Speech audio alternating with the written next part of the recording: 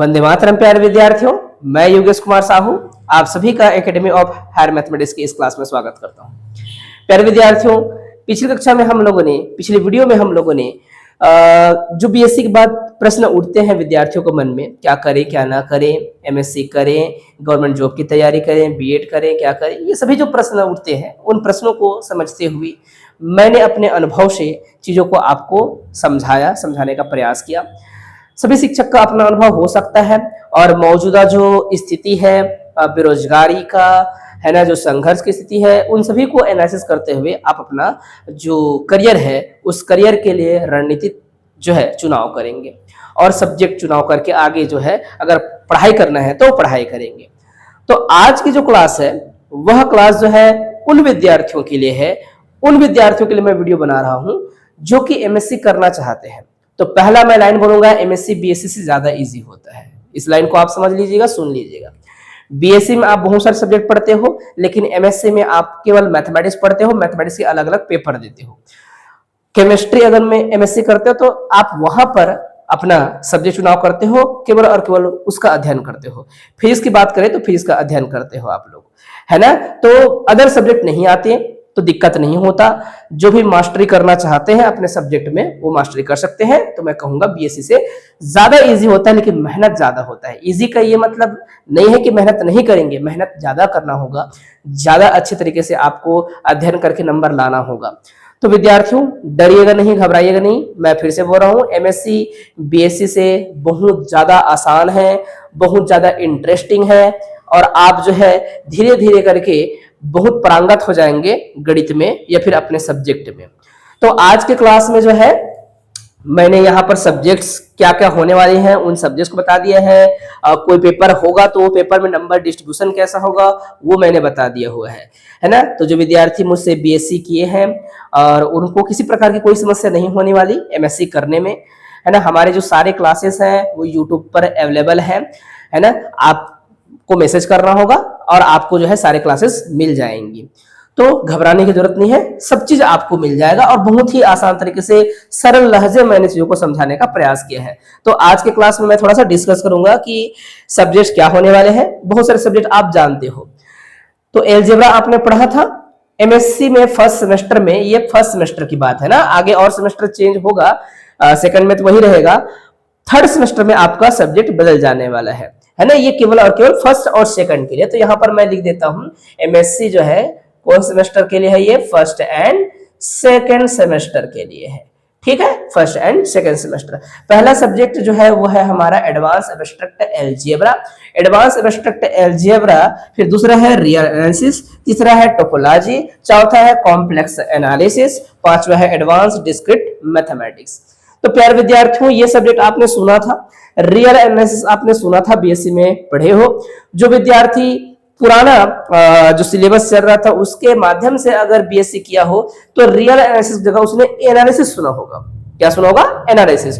उसी के अंदर कॉम्प्लेक्स एनालिसिस छुपा था, है ना। और जो विद्यार्थी नए कोर्स जो ज्वाइन किए थे वो कॉम्प्लेक्स एनालिसिस नहीं पढ़े हैं, जबकि पुराने सिलेबस वाले आज से 2 साल पहले जो बीएससी कर रहे थे वे विद्यार्थी जो है complex analysis, real analysis, topology, एक ही सब्जेक्ट एनालिसिस नाम का सब्जेक्ट होता था उस पर अध्ययन किए थे।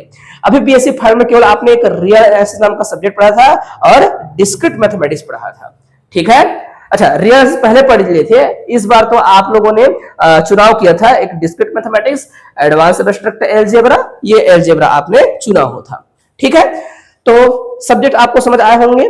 ये पहला पेपर होगा, ये दूसरा होगा, ये तीसरा होगा, चौथा होगा, पांचवा, जैसा लिखा गया है क्रम वैसे ही पेपर होने वाले हैं। सॉरी। और ये जो नंबर होंगे वो नंबर को समझ लीजिएगा।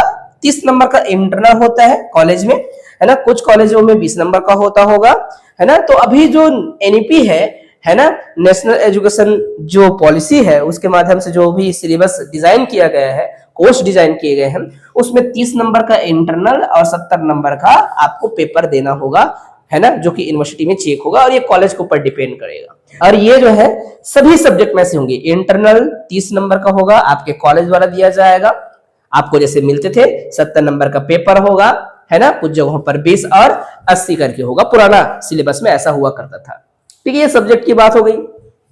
पेपर कैसा होता है, 70 नंबर का जो पेपर होता है, जो यहाँ पर मैंने लिखा है, टोटल तो 500 नंबर का होगा। 70 नंबर के पेपर को 3 भाग में आप बांट के रखेंगे और हर भाग में जब इसको बनाएंगे तो याद रखिएगा जो सीट्स होती हैं वो लिमिटेड होती हैं। जो आंसर शीट होता है, आंसर शीट में पहले से नंबर डले होते हैं, उस नंबर को देख के आपको आंसर लिखना है। सेक्शन ए में पहले से डब्बा बना होगा ऑब्जेक्टिव के लिए, वहां पर आपको टिक लगाने हैं। ऑब्जेक्टिव जो है पहला सेक्शन होगा, फिर शॉर्ट आंसर होगा, फिर लॉन्ग आंसर होगा। 3 सेक्शन में हम पूरा ये 70 नंबर का क्वेश्चन पेपर को बांटेंगे। अपने आंसर शीट पहले से देख के रखेंगे, वहां पर आंसर नंबर लिखा रहेगा। आपको डब्बा बनाना नहीं है ऑब्जेक्टिव के लिए, ऑलरेडी आपके आंसर शीट में बने होंगे। तो 10 ऑब्जेक्टिव आएंगे, हर में एक एक नंबर होगा, है ना। और ये जो है केवल मल्टीपल चॉइस क्वेश्चन होगा ऐसा नहीं है, कहीं पर आपको फिल इन द ब्लैंक भी पूछा जा सकता है, वन लाइनर क्वेश्चन भी पूछा जा सकता है। ठीक है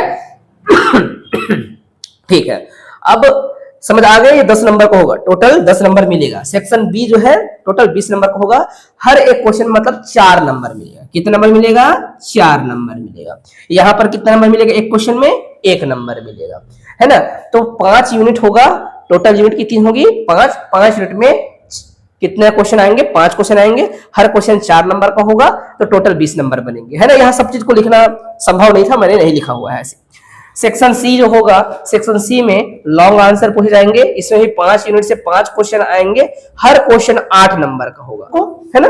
तो ये हमारा नंबर डिस्ट्रीब्यूशन हो जाएगा।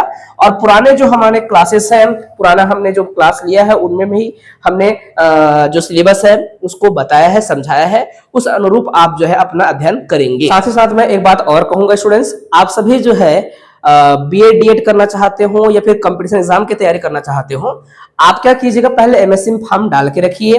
फॉर्म डालेंगे तब तक आप जो है बीएड डीएड की काउंसलिंग का वेट करेंगे, है ना। और साथ ही साथ आप क्या करेंगे, आपका जो भी कंपटीशन एग्जाम है उसके लिए थोड़ा रणनीति बना रहे होंगे। अगर उनमें किसी में भी आपका इंटरेस्ट नहीं आया तो आप जो है एमएससी कीजिएगा। तो उम्मीद करता हूं विद्यार्थियों, आज का जो हमारा वीडियो है, जो क्लास है, वो आप सभी के लिए काफी हेल्पफुल रहा होगा।